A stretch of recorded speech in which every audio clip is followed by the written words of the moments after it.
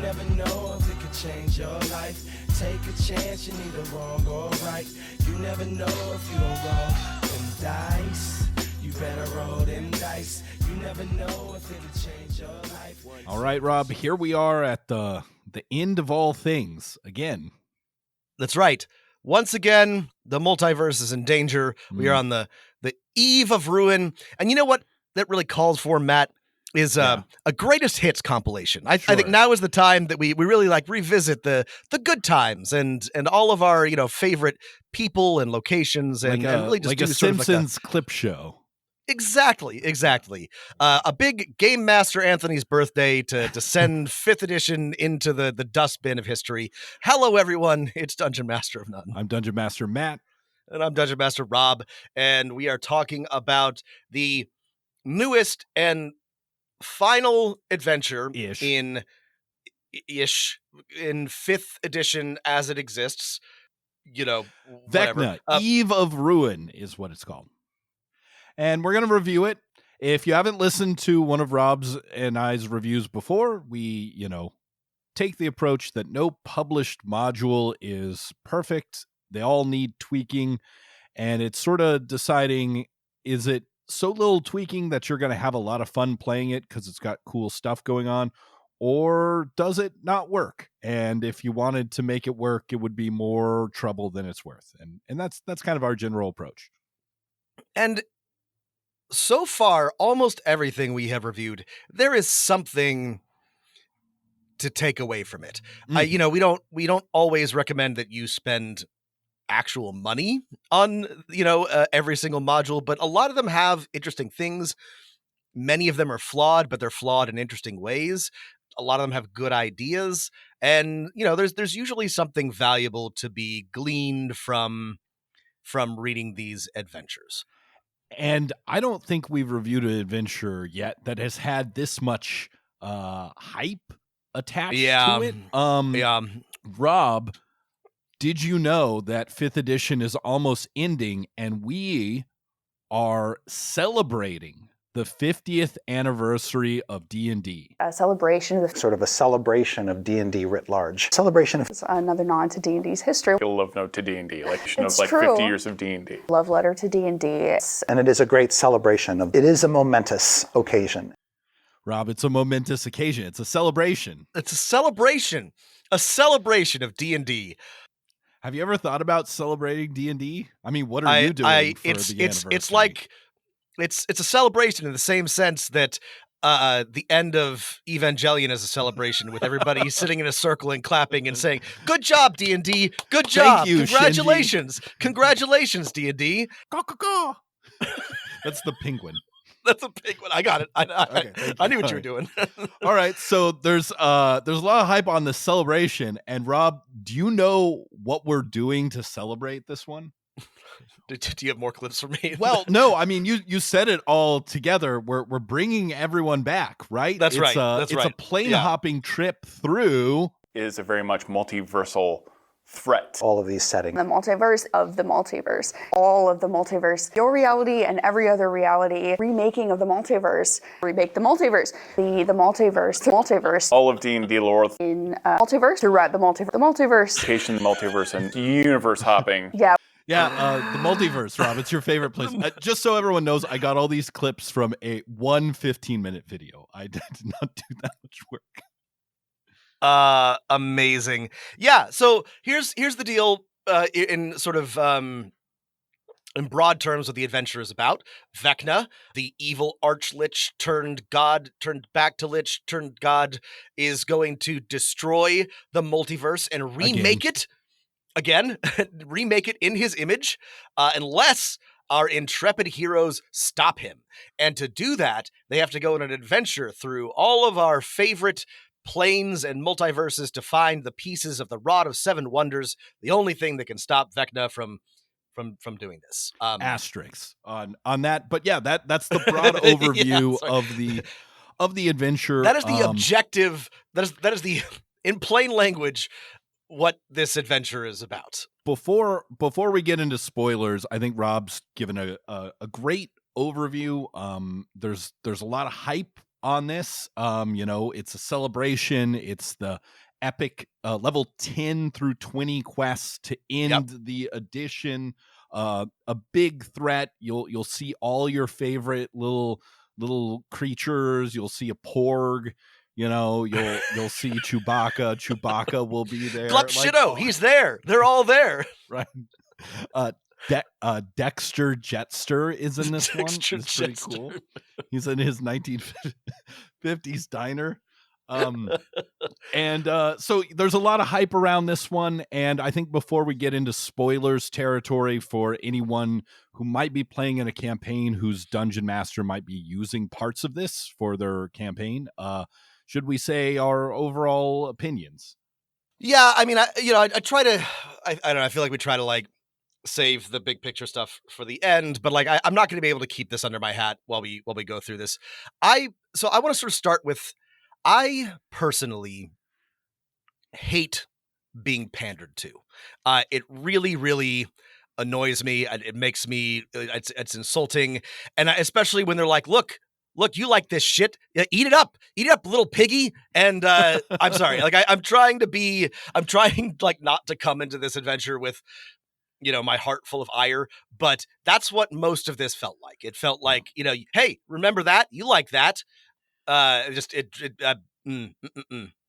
big point is that, and I think we're going to then immediately get into spoilers, is the basic structure of the adventure is repetitive, doesn't allow for a lot of player agency, and will be unsatisfying to run. So regardless of whether you like or dislike being pandered to, it's just not a well-structured adventure module that will be fun to play at high levels. So nothing can fix that. Leaving aside, the content, it is poorly structured, poorly written. It would be unfun to GM, and I think it would be very unfun to play in. I do think that there are moments of interest. I do think there are ways to fix parts of this, but this is not a good adventure. This is not a good campaign. So, spoilers from here on out. Rob, I think you hit on one of the most interesting points of this adventure, which is by lead designer Amanda Hammond and designers Mackenzie DeArmas, Ron Lundeen, and Patrick Rennie, is a lot of the, hey, look at the thing that you've seen before, right? Hey, look, it's Lord Soth. Hey, look, it's a Spelljammer.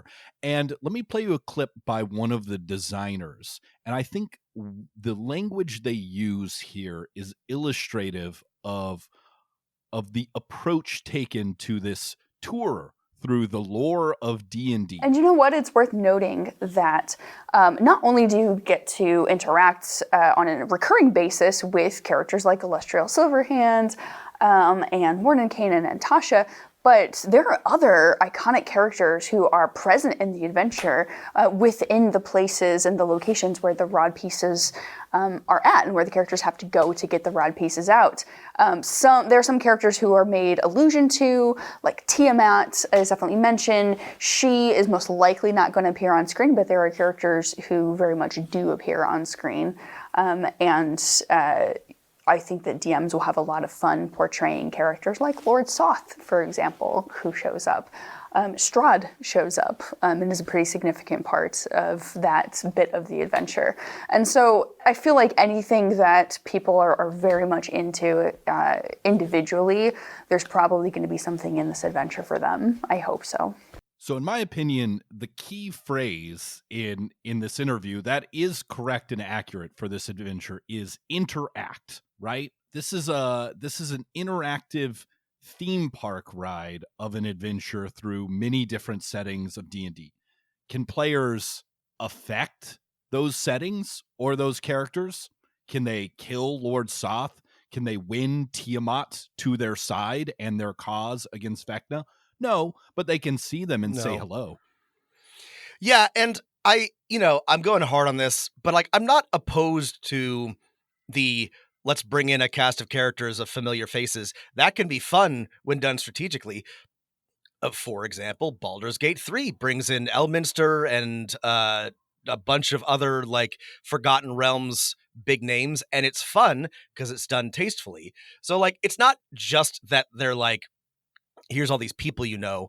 It's done in such a way that it's really just like I mean, I didn't see the movie, but it's like what they did in The Flash. They're like, look at all these Batmans, like look at all these Supermans. Like, you remember that? Like, look at this. It's Christopher Reeve.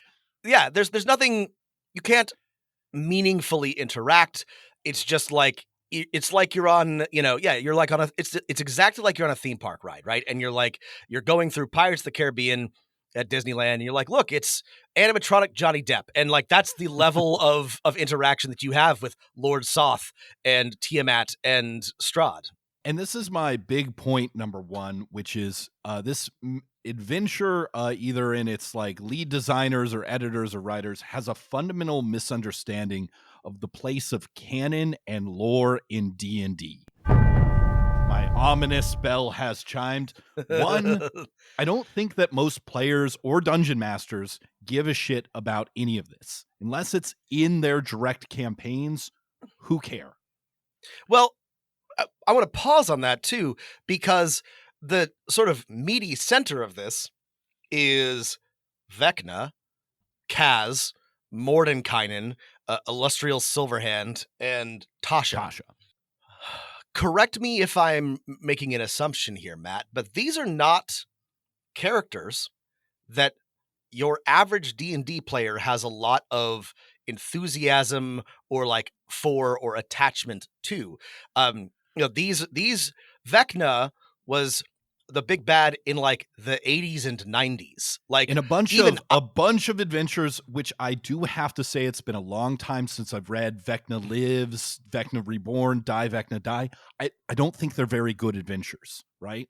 This was we're going to get into this, but like the reason why Vecna became sort of like the big bad for the most recent season of Stranger Things is because those kids are playing D&D in the 80s when Greyhawk and Vecna were like kind of like the thing. But I just like, I don't like, my impression is that like the average D&D player is probably in their like 20s, early 30s now. Sure. And like, do they give a shit about Vecna? I don't think so. I'm not sure they're even going to know like who that is. I think leaving aside all the other characters who they also won't care about. The other fundamental thing is like, no one cares about this lore. No one cares about lore in D&D. The basic point is there's no such thing as canon in adventures, right? It's like it's whatever you're telling your players, and sure, maybe this adventure is followed up from a previous one, but there's like a weird assumption that like the average table playing this has already played through 3 other 5th edition adventures, which I'm sure is the case for some people, but not all. And even for those some people, the dungeon masters have been different for those adventures. They might have played with different groups. There's no like, through line of lore. And then the second fundamental mistake is the approach to iconic names, right? Yeah, maybe the players know who Tiamat is, but there's nothing you can do with her. You can inform her, for example, that the world is going to end. Will she send you a bunch of red dragons to help you prevent that from happening, even though it would adversely affect her? No. Can you, I don't know, can you kill Lord Soth? No. No. Like, can you kill Strahd? Can you enlist Strahd to your help? Can you interact with the dark?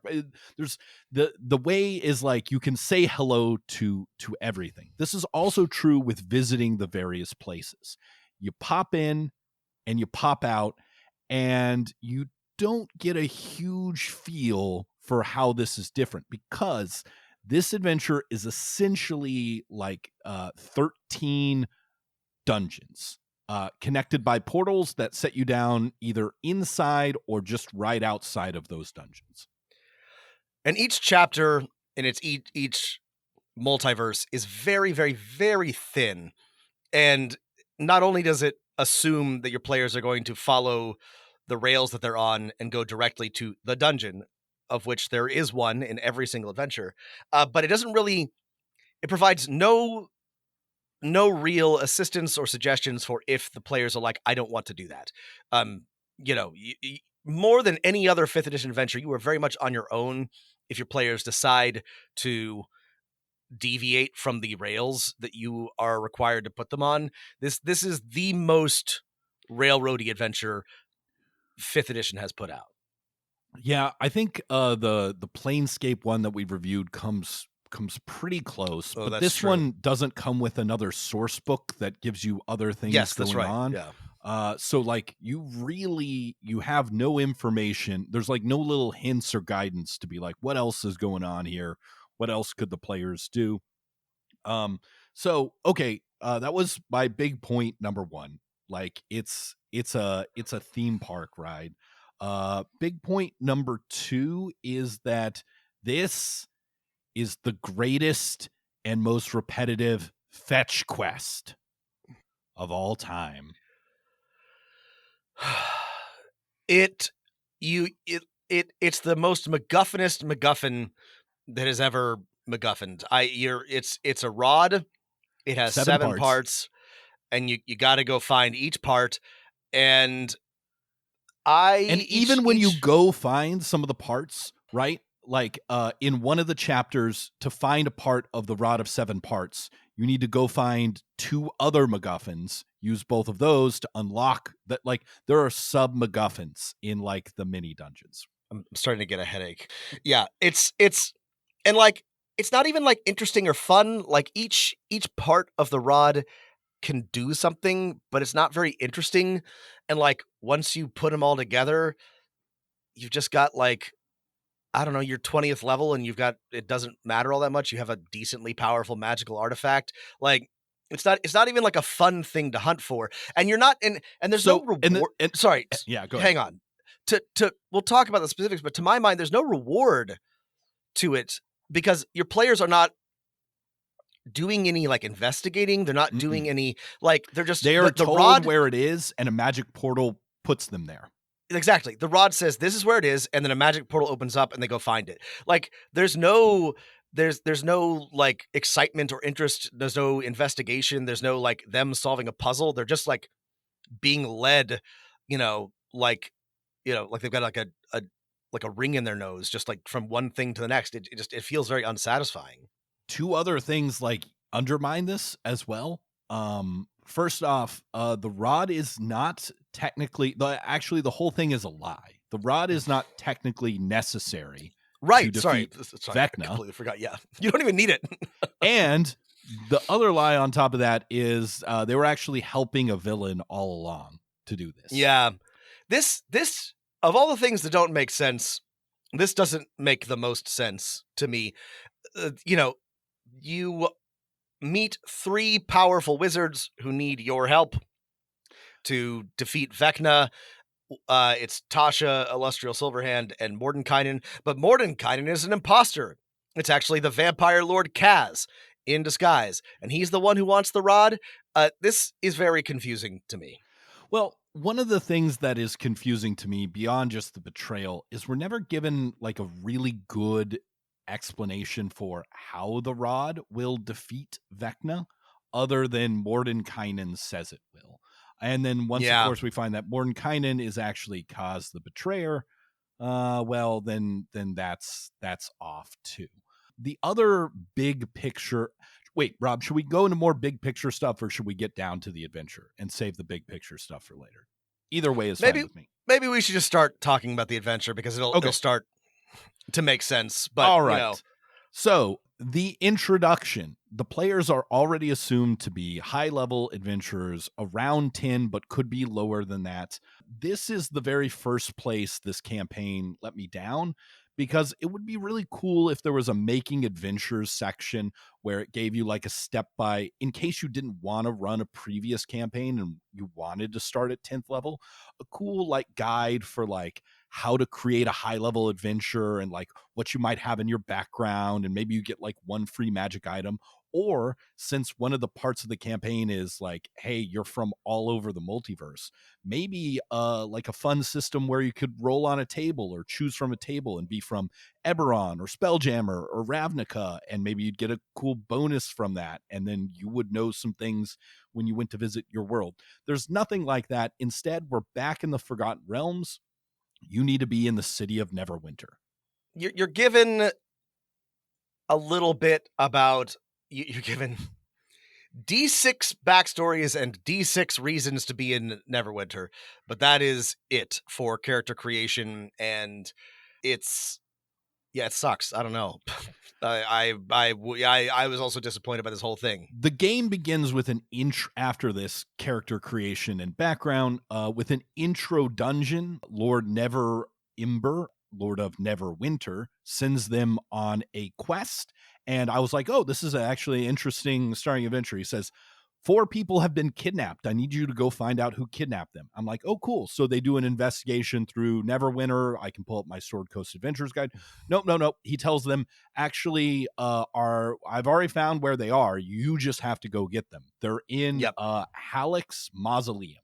So the players, the one chance where there isn't a magic portal to tell them to go to a dungeon, they are told immediately to go to a dungeon instead of doing an investigation.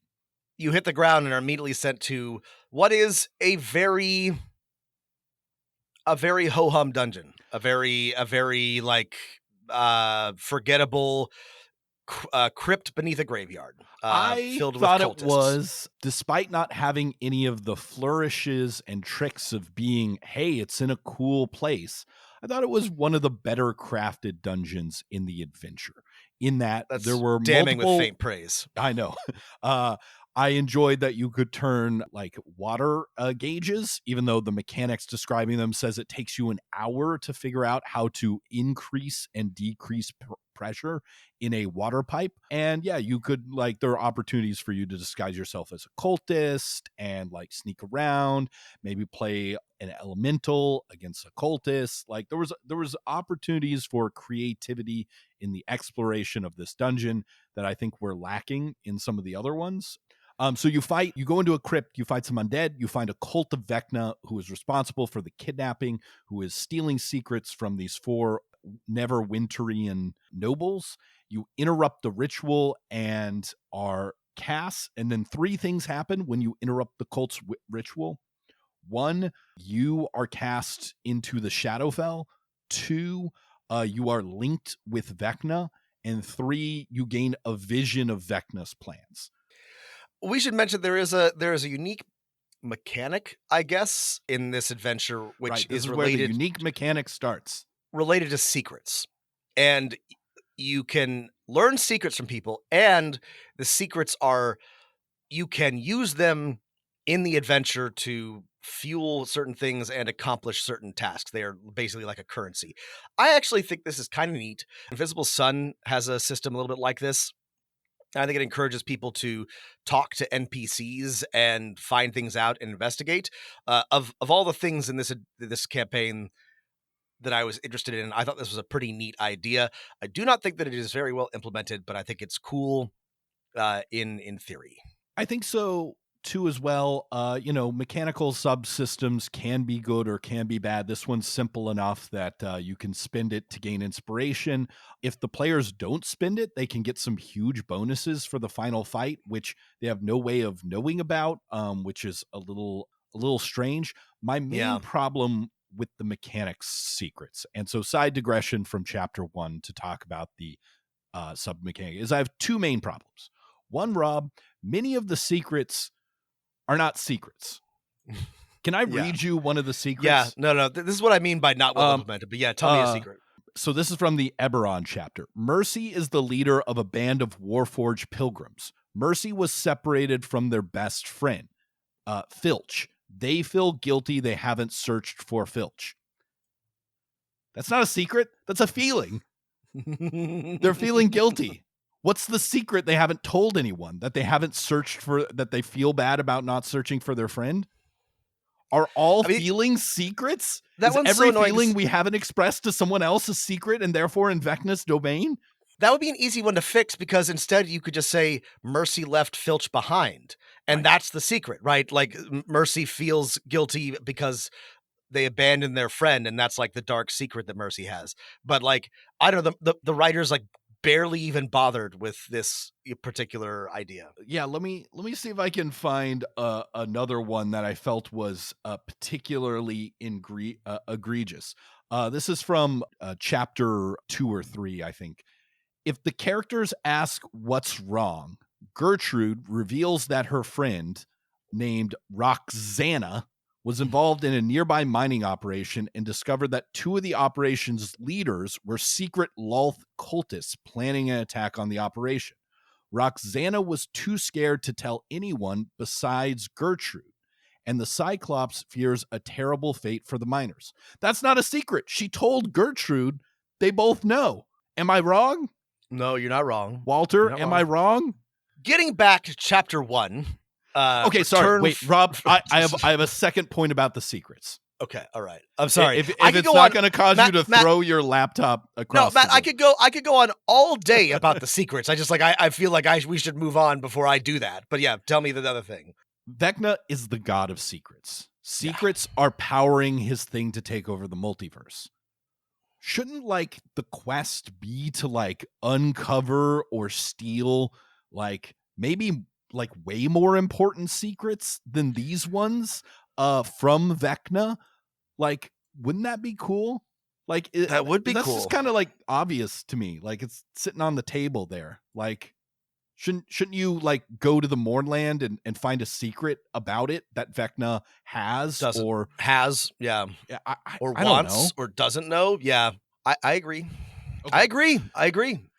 Back to chapter 1, everyone. Sorry. So speaking of being pandered to, they interrupt this ritual and they're plunged through a crevice of dusk into the city of Evernight, a gloomy reflection of Neverwinter, an upside down version of Neverwinter, perhaps. I see what you're doing, WotC. I fucking see it. Like don't get cute with me. I'll defend Evernight. Evernight's been in the lore since long before Stranger Things. I know. It is. You are going to the upside down. Here's why this part sucks. Not that you go to the Shadowfell. Sorry, this part sucks for other reasons. I'm just complaining about that because I'm annoyed. Let me summarize the plot of this as literally as possible. The NPC they get sucked in with tells them to go from the graveyard in Evernight to the Evernight marketplace. There they meet one NPC, the only one that is described, who then tells the players to go back from the marketplace to the graveyard.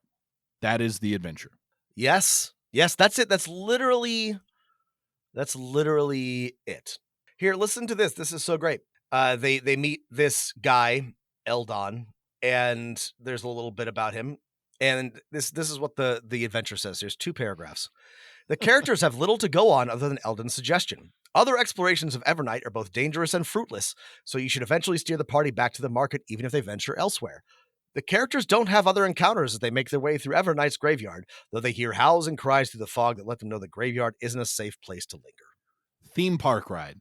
Boo. See, Boo. This is an interesting like arc. The characters are stuck in the evil Shadowfell version of Neverwinter. They have to find a way back home.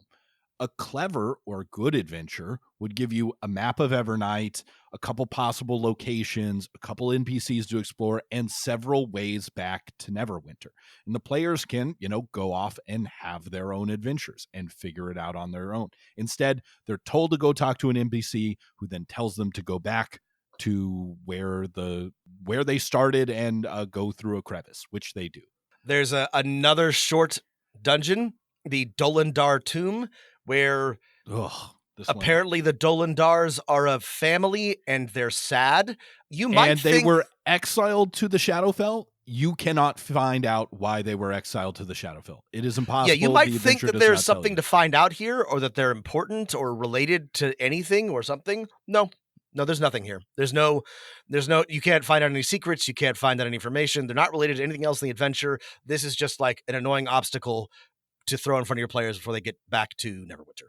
As a cherry on top, to get to the portal back to the material plane, they have to solve a language puzzle that involves pressing in letters that I swear to God, I have no idea how they could possibly know what the word is they're supposed to push in there. I read through it twice. I couldn't find it. Maybe I missed it. At least they can pick it as a lock, because they're going to have to, because how are they ever going to guess this? I spent a lot of time reading this section, and I could not figure out if maybe they like left out the part where they explain the puzzle, but I don't know. Your players can either pick the lock or guess at the letters, but there's nothing in the dungeon or anywhere in the Shadowfell to tell them what the puzzle is. I've no fucking idea what's going on here. Here's my quick rundown of small, interesting things from chapter 1. We're given no information if what the players want to do is something smart, like by level 10 adventurers, maybe stake out the cult's headquarters or the mausoleum and see who comes in and out. We have no idea who the Halixes are and why it's their mausoleum. One of the people they can meet and uncover their secret is a vision of a dreadful future. I'm sorry, a vision or a prophecy is not a secret. Great asshole GM stuff. There are 2 potions of poison labeled healing use. Living healing. That's funny. The cultists are called Memories of Vecna. The lieutenant is called Teeth of Vecna, and the leader is called Thought of Vecna. Shouldn't the leader be Thought of Vecna, the lieutenant be Memories of Vecna, and the cultist be Teeth of Vecna? I don't know. My favorite line in the dungeon was C24, empty crypts. This narrow doorway leads into a small empty crypt. These 4 rooms are empty. Are you fucking with me? Are you fucking with me right now?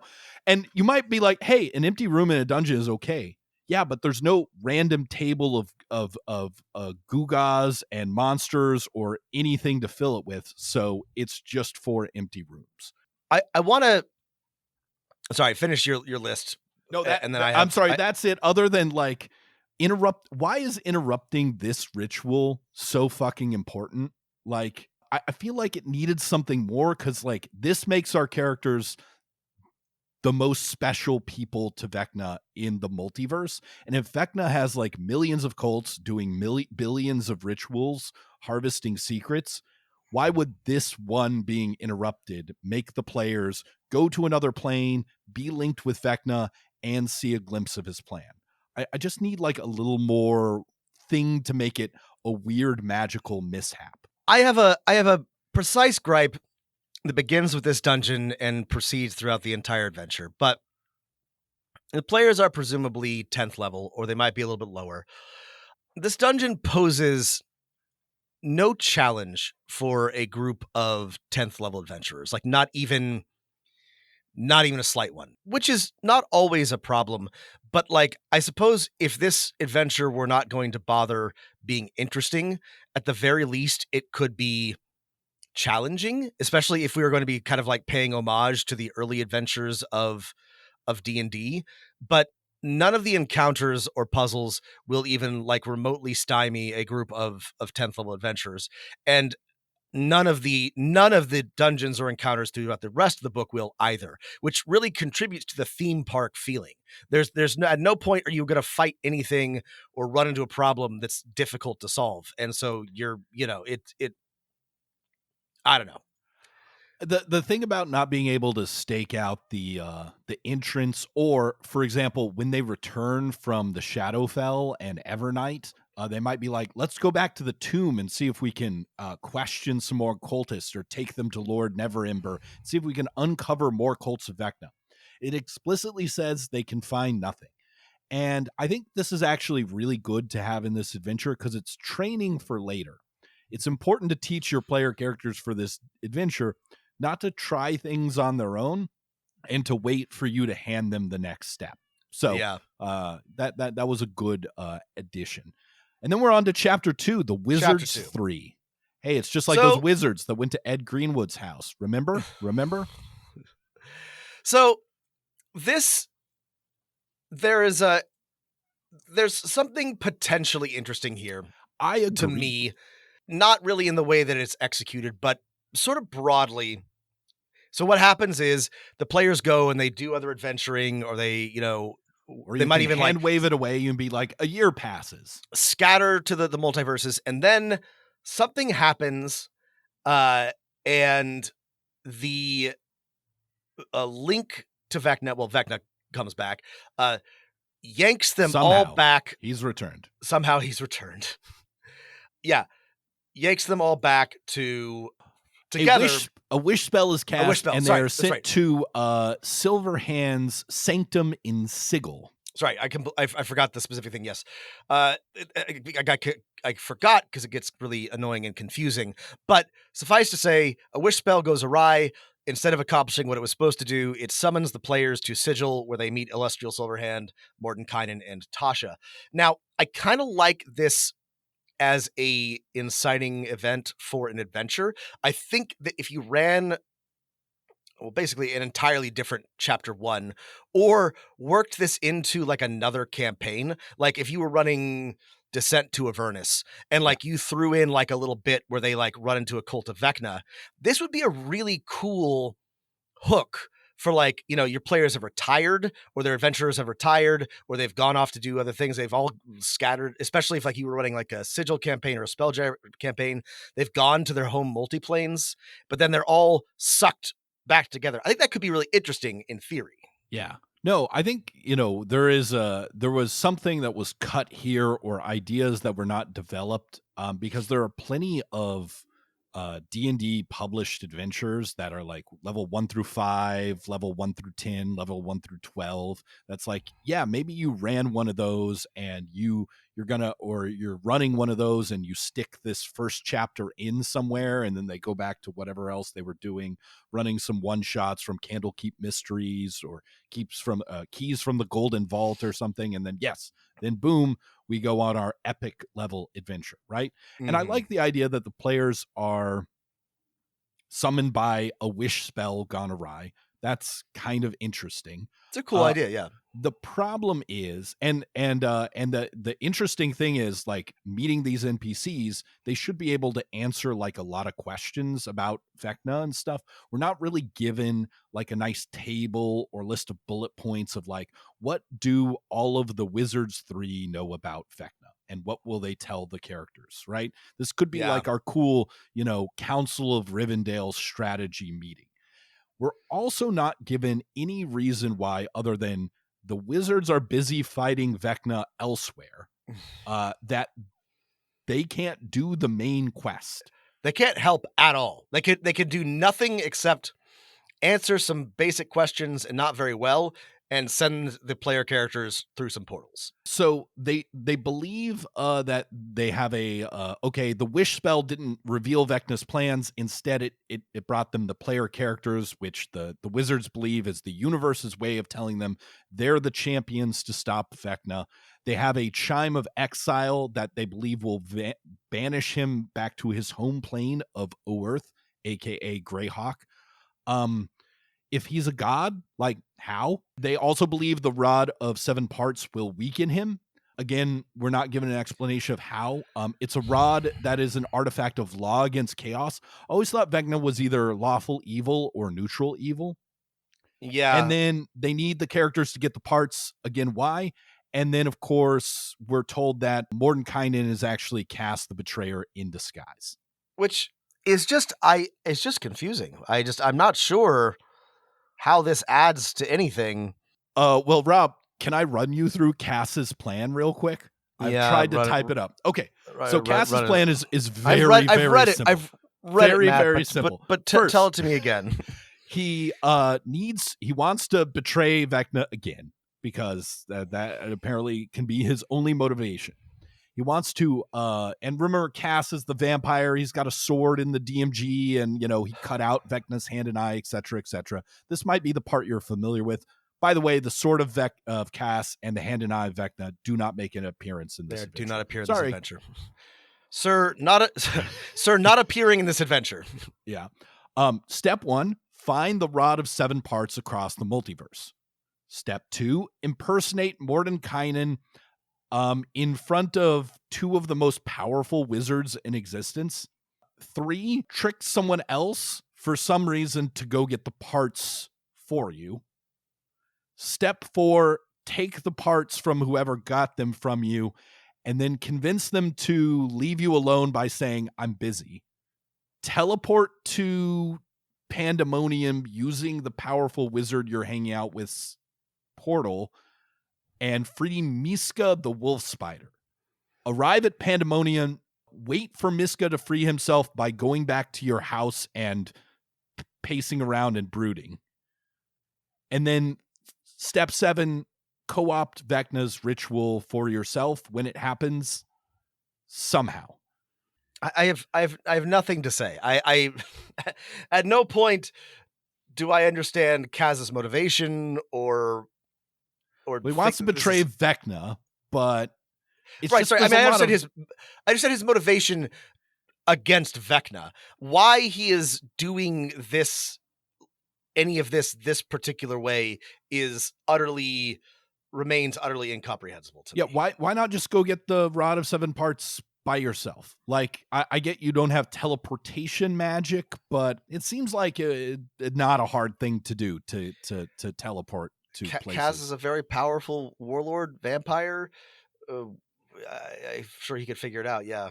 And the game gives him a artifact, the Crown of Lies, that's just like, despite the fact that like both Tasha and Silverhand like have detect thoughts and see invisibility and like true sight. True sight. Yeah. He has an artifact that negates that. So so the other problem with this plan of like, hey, you were working for the villain all along, is the players don't really have any way to know or suspect that they were working for the villain all along until the very end. So when Kaz is like, actually, it was me, Kaz, all along, you're like, well, okay, wow, I guess we heard of you before, but, I don't know.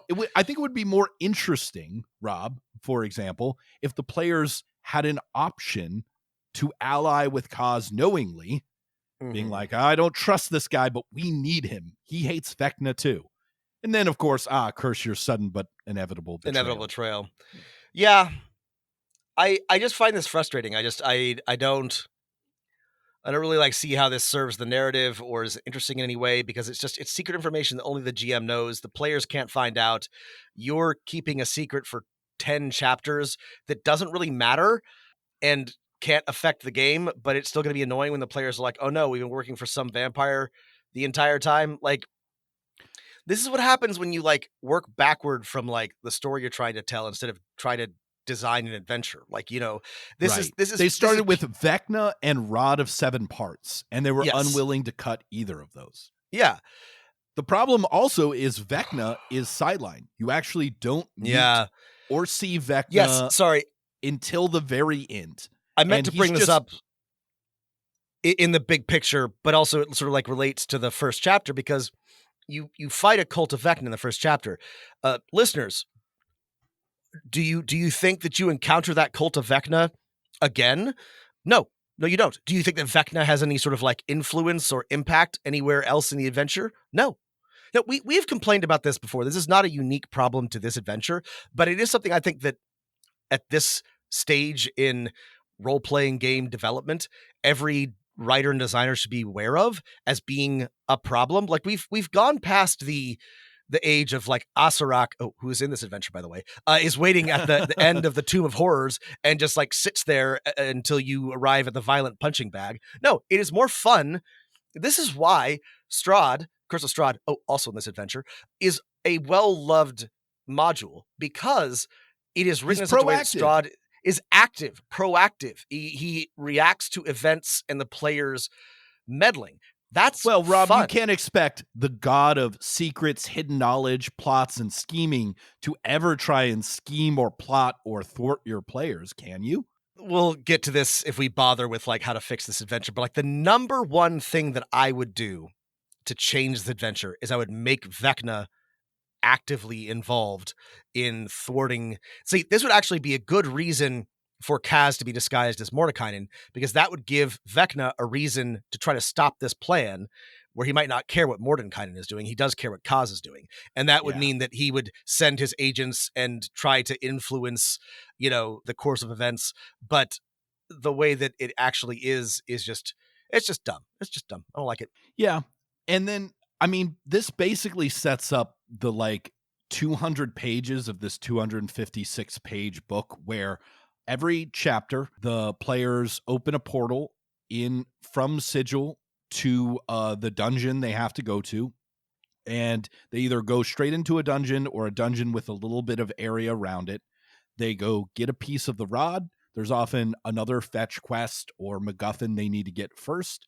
They bring the piece of the rod back and, Kaz is like, good job. And then they do it again.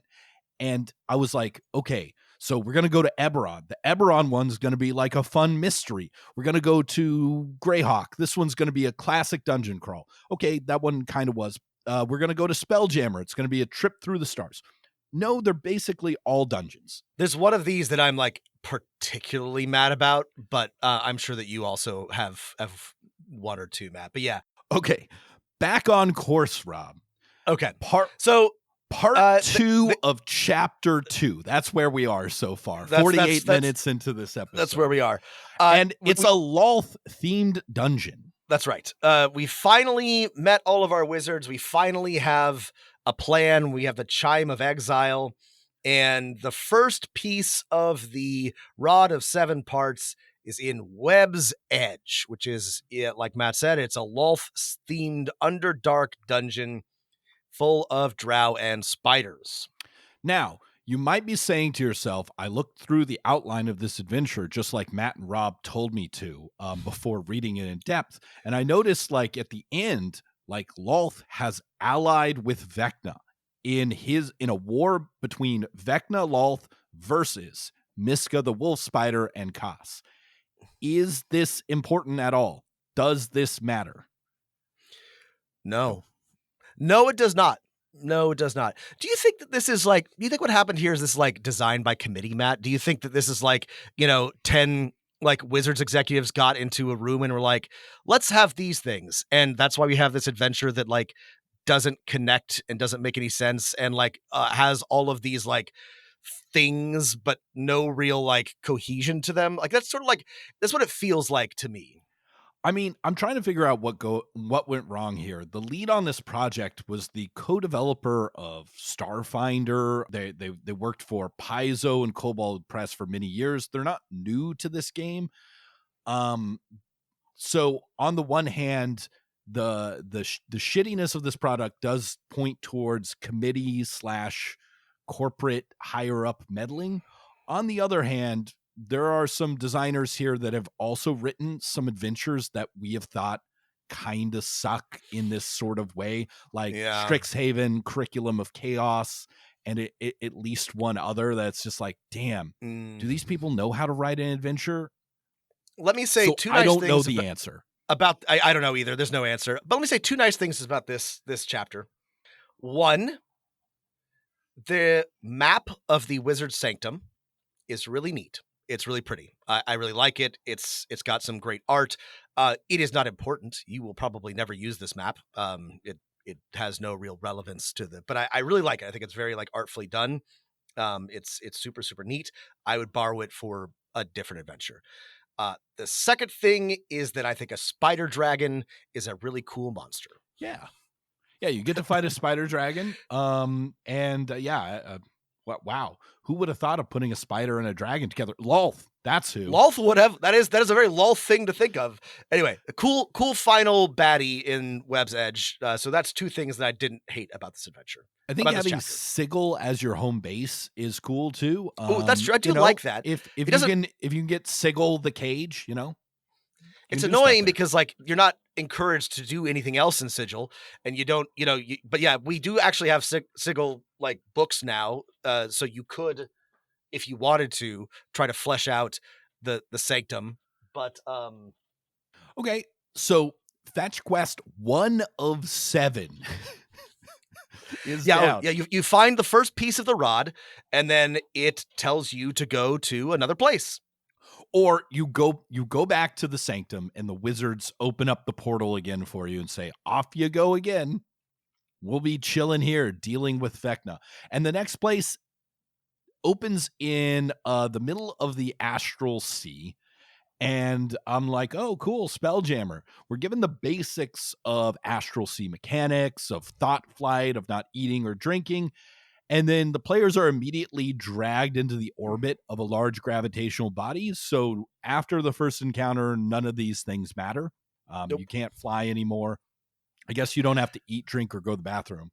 But you're dragged to a body, you're attacked by anglerfish, and then you land on the body of a dead god with a crashed Spelljammer on it. Now, I will say, even though this is actually pretty sort of like middle of the road for Spelljammer, a wrecked Spelljammer on the corpse of a dead god is a much more interesting setting and dungeon than anything that has happened thus far in this adventure. You find the Lambent Zenith, which is a crashed Spelljammer, and you are once again thrust into a fetch quest, but in a slightly more interesting location to me. Right. There are two things to me that don't make sense about this. So there's a corpse of a dying or dead spider god and 3 pieces of a wrecked Spelljammer on it. One is the scale.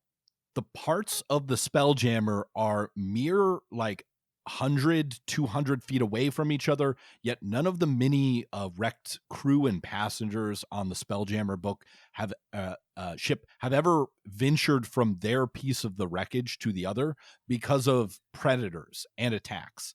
And I'm like, y'all are all fairly competent crew. No one's risked. In D&D terms, it takes 1 round to go from those two. So to fix this, you should make the body of the god miles long and bigger. Filled with dangerous creatures. I don't know why they didn't do that. The city of the Githyanki is built on a god corpse, and the god corpse is miles and miles long. It's huge. Why not do that? The second thing that you need to do to fix this one is, I don't know, if you're promising your players like a little taste of everything that came before, why have the Rod of 7 Parts on the Spelljammer? Why not say, well, this Spelljammer had it, but someone stole it from them, destroyed their ship, and left them wrecked for dead here. However, if the players can save the crew, repair the ship, they maybe all the officers are dead, they can now fly the Spelljammer after the pirates who took them and take the rod back. Then you can have a classic Spelljammer adventure. Nope, instead you just get a dungeon. You get a dungeon.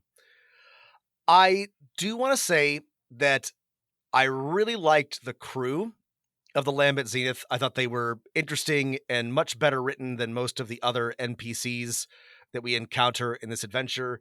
There's all your classics. There's Githyanki Knights, and they're both bosuns. They're both bosuns of the ship. They're co-bosuns. It's like having co-captains. Ships have 2 bosuns. Yes. Is that correct? Or no, it's not. It's not. Okay, I was it's not usually. I saw this and I put it in my notes. I'm like, Rob's going to be mad that there's more than one bosun. I've memory hold a lot bosun and bosun's mate. I don't know why they're both bosuns. No, but they've got cool art and there's interesting people, and this was, this would be fun to run in a different context with a little bit of tweaking, which is not what I can say about most of the other adventures. But yeah, you got to go through the wreck of this ship, and then you go into the dead god's heart and you fight a thing and you find the rod. Spelljammer is my favorite, as you know. I know it's Rob. your favorite. So I took the most notes on this. And I think this is the other big failure of this adventure. So we talked like, hey, the big structure isn't fun. Doing the same fetch quest to go to a dungeon isn't fun. Having no agency isn't fun.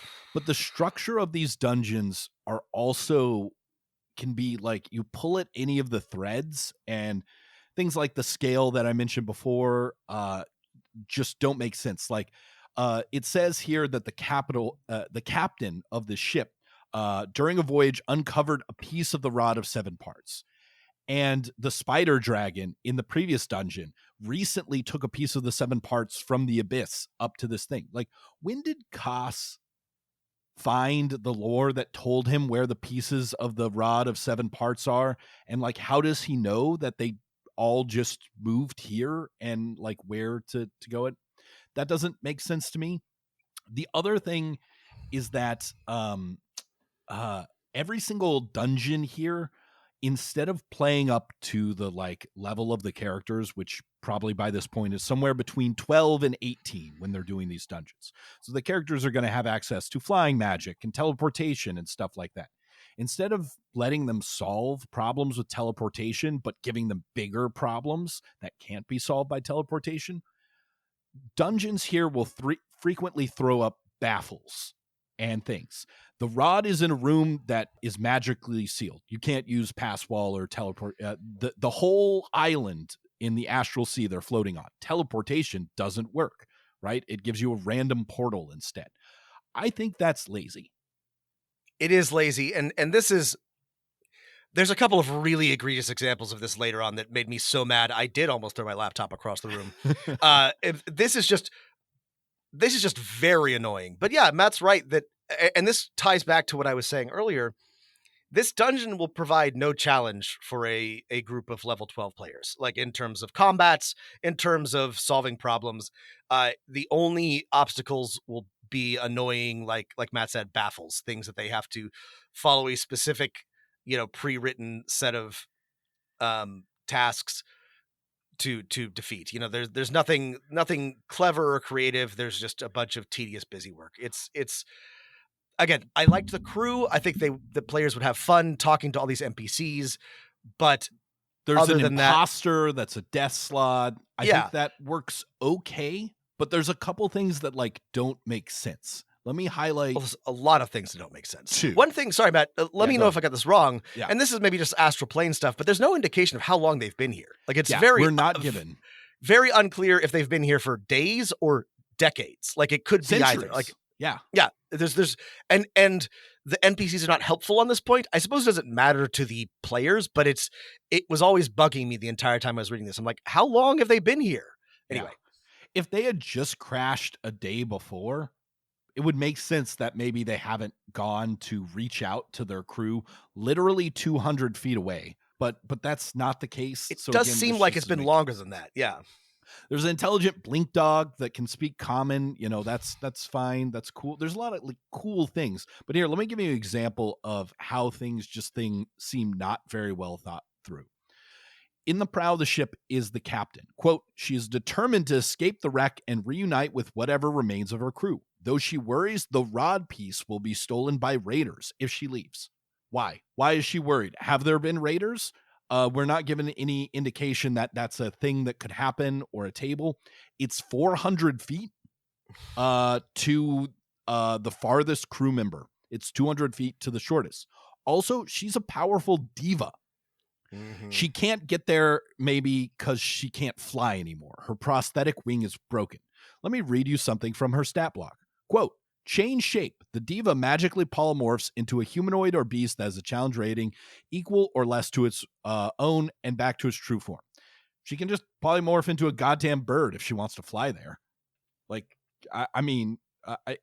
and then also, Rob, quote, the rod piece was consumed by a hurtaloid lurking within its heart. The rod's stolen anyway. So, yeah, I think it's more interesting, Rob, as I would make her the like former lieutenant or like sergeant or chief seaman of this ship, and have all the officers have died in an attack, right? That would make more sense, and maybe make sense why no one knows the complete story, no one's acted, and then the players can show up, and maybe if they can repair the ship, they can become the officers for a short adventure. The second thing that also just does not make any sense is one of the crew is captured and shoved into the rig. The captured crewman is a Kodal. The captured crew person she is trapped in small cells with thin iron bars that line the center of a hallway. Sirit has been trying to escape since she's been thrown into the brig. Here's again from her stat block. Quote, change shape. the Codal magically polymorphs into a humanoid or a beast that has a challenge rating equal or less to its own and back to its true form, including snake to go through bars, crab to go through bars, bear to break the walls, elk to break the walls, elephant to break the walls, ankylosaurus to break the walls. Getting out requires a DC 15 strength check. An elephant has like a 24 strength.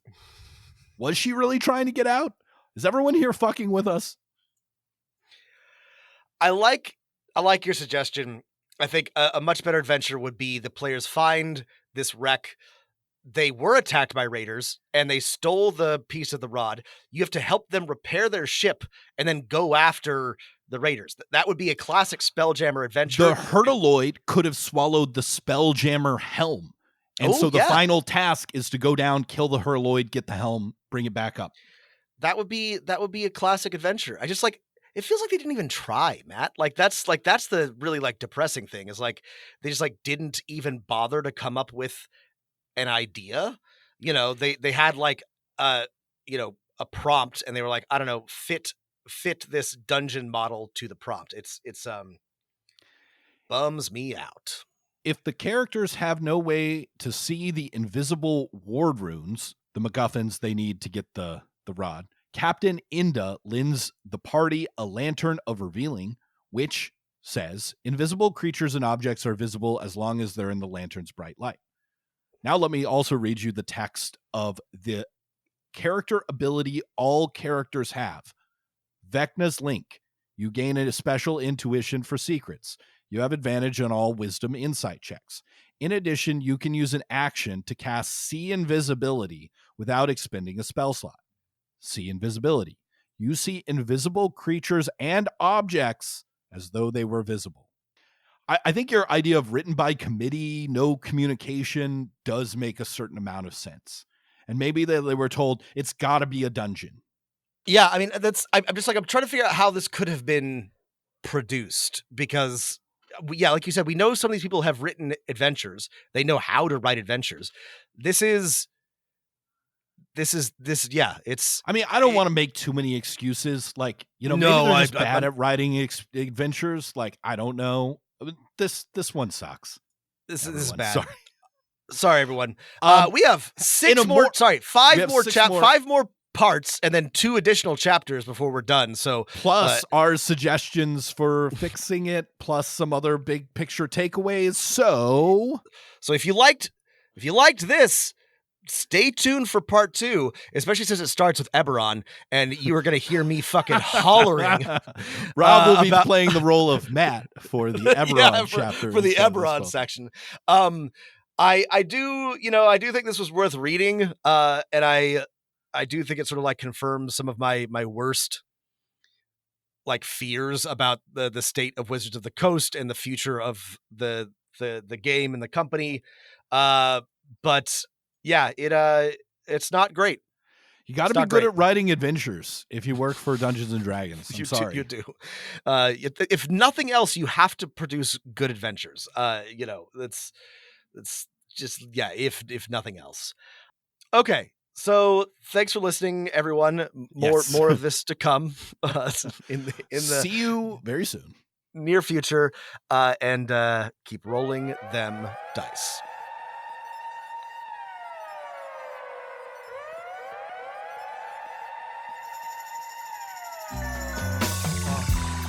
You better roll them dice.